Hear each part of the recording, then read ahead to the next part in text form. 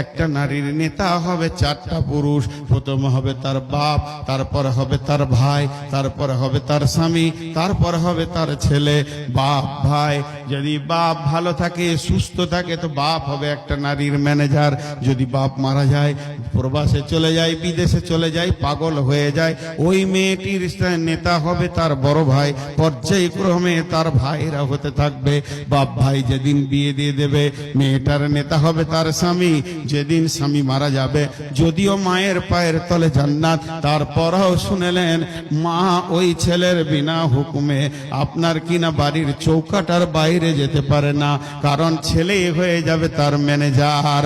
এরপরে যদি কোনো মেয়ে জাহান্নামে যায়, আল্লাহ যদি কোনো মেয়েকে জাহান্নামে ফেলে, মুফাসসিররা বলছেন তার গলাতে চারটা মেয়েকে বেঁধে দেওয়া হবে। একটা হলো তার বেটি, দুইটা হলো বোন, 3 নম্বর স্ত্রী, 4 নম্বর মা। চারখানা মেয়েকে গলায় নিয়েছে জাহান্নামে যাবে। এমন হবে কোন মেয়ে জাহান্নামে যাবে আর তার গলাতে চারটা পুরুষকে বেঁধে দেওয়া হবে, বাপ ভাই স্বামী সন্তান। তার কারণ পৃথিবীর বুকে যখন কোন পুরুষের কিয়ামতের মাঠে বিচার হবে, তো পুরুষটাকেই সামনে করে বিচার হবে, আর তার সঙ্গে কাউকে ডাকা হবে না। কিন্তু একটা নারীকে যখন আদালতে তোলা হবে, তখন 4 জন পুরুষকে দাঁড় করিয়ে নারীটার বিচার হবে, কারণ এরা ছিল পুরুষ, এরা ছিল ওর মালিক। কেন তোমার গাড়ি পৃথিবীতে অ্যাক্সিডেন্ট করেছে, গুনাহ করেছে? বাপ ভাই তুমি কি কানা ছিলে? জালসার দিনে তোমার যুবতী বোনটা, বেটিটা, তোমার ইয়ং বউটা রাস্তায় কি চরিতার্থ করেছে, রাত্রিতে তুমি কেন খবর রাখনি? এ ব্যাপারে কিয়ামতের মাঠে প্রশ্ন হবে। অর্থাৎ যার গাড়ি অ্যাক্সিডেন্ট করে, গাড়ির মালিক ছাড়া যেমন গাড়ি কিনে বিচার হয় না, যে মেয়েটি গুনাহ করবে ওর পুরুষকে ছাড়া, ওর মালিক ছাড়া কিয়ামতের মাঠে বিচার হবে না। এরপরে চলেন, আল্লাহ তাবারাক ওয়া তাআলা বলছেন, হে পুরুষ তোমাদেরকে নেতা বানালাম। তোমরা ভাববে হয়তো না আমরা অনেক দামি হয়ে গেছি, তাছাড়া কি আমরা নেতা হয়? জি না। তুমি কি ছেলের মা বানিয়েছো, এর জন্য নিজেকে পুরুষ মনে করছো না? তুপুর যদি ছেলের মা বানানোটাই সব থেকে পুরুষত্বের প্রতীক চিহ্ন হয়, তুমি সারা বছর মেহনত করলে একটা ছেলের মা বানাবে। আর শুকর এক সিজনে 1.5 ডজনের বাচ্চার মা বানায়, কুকুর অন্তত 6টা 7টা বাচ্চার মা বানায়, তাহলে কি তারা বড় পুরুষ? না, সন্তান বানানো এটা পুরুষের প্রতীক চিহ্ন নাই। বিমা ফাদ্দালাল্লাহু বা'দাহুম আলা বা'দিন, আমি আল্লাহ তোমাদের প্রেম যমুনার জোয়ারে সন্তানটাকে হীরের টুকরো তুলে দিই প্রেম সমুদ্র থেকে। এটাই হচ্ছে তোমাদের বড় নিয়ামত, এর জন্য কেউ কারো উপরে যাবে না। অবিমা আনফাকু মিন আমওয়ালিহিম, হে পুরুষের দল, তোমাদের দায়িত্ব হচ্ছে ইনকাম করে নিয়েছে বিবির পেছনে খরচা করবে, বিবিকে তুমি খাওয়াবে, পান করাবে, বিবিকে তুমি আনন্দ দেবে, এবং বিবির পেছনে তোমার খরচা হবে, তবেই তুমি সমাজে পুরুষ। জি ভাই, বিবি মানে ঠান্ডা, বিবি মানে জান ঠান্ডা, আর এখন বিবি মানে জান গরম। ভাই আপনাদের বিরক্ত লাগছে নাকি? যেতে যেতে তো সব চলেই গেল। যত বিবির কথা বলছি তত বিবির কাছেই চলে গেছে না। দেখছে টাটকা গরম বায়ন শুনছি, এখনই বিবিকে দেখা করি, এ ঘর চলেই গেল। একটু সবর করেন। জি, আল্লাহ বলছেন তো একজন ওর সেই ফ্যান, সিলিং ফ্যান দেখেছেন? সিলিং ফ্যান এরকম ঘুরবে, উপর থেকে হাওয়া নিচে নামাবে, হ্যাঁ, আর জানটা ঠান্ডা হবে। তো একজনের ফ্যানের ক্যাপাসিটার যেটা থাকে, ওই ফ্যানের মোটরের কাছেই থাকে ব্যাটারির মতো, ওটা কি বলে? ক্যাপাসিটার বলে, কেউ কন্ট্রোলার বলে।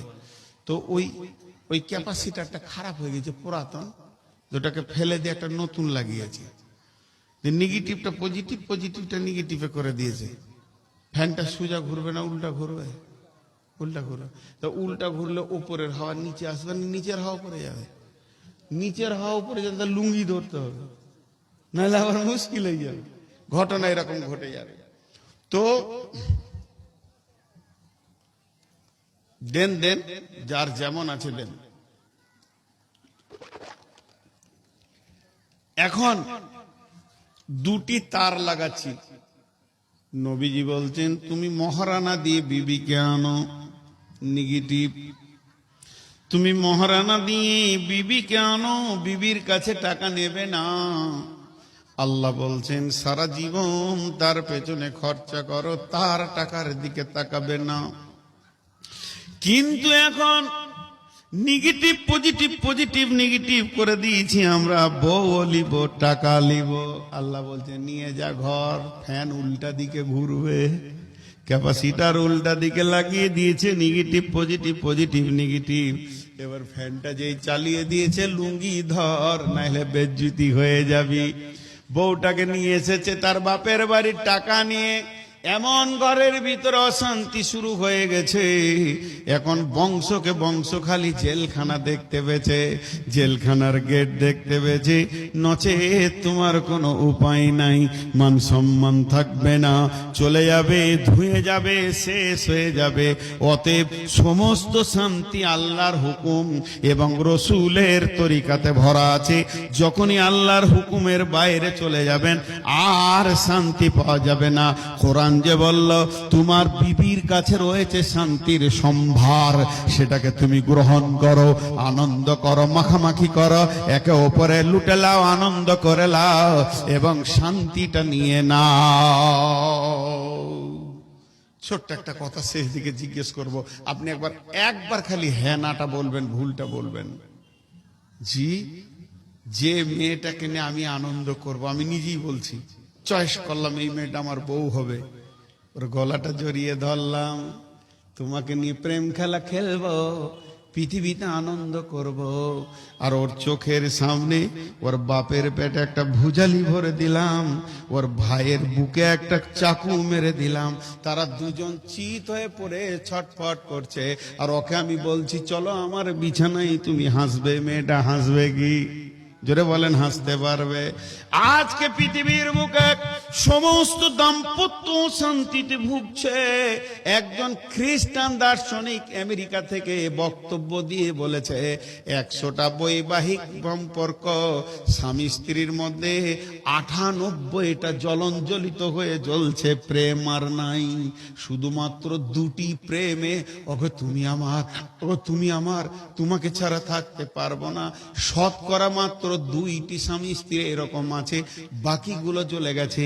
যাকে ডাকবেন ডাকেন না কেন, বলবে ভাইরে ছেলে দুটো হয়ে গেছে, তাই না হয় ওকে নিয়ে আর চলার লয়। এটা কারণ কি? এটা কারণ হলো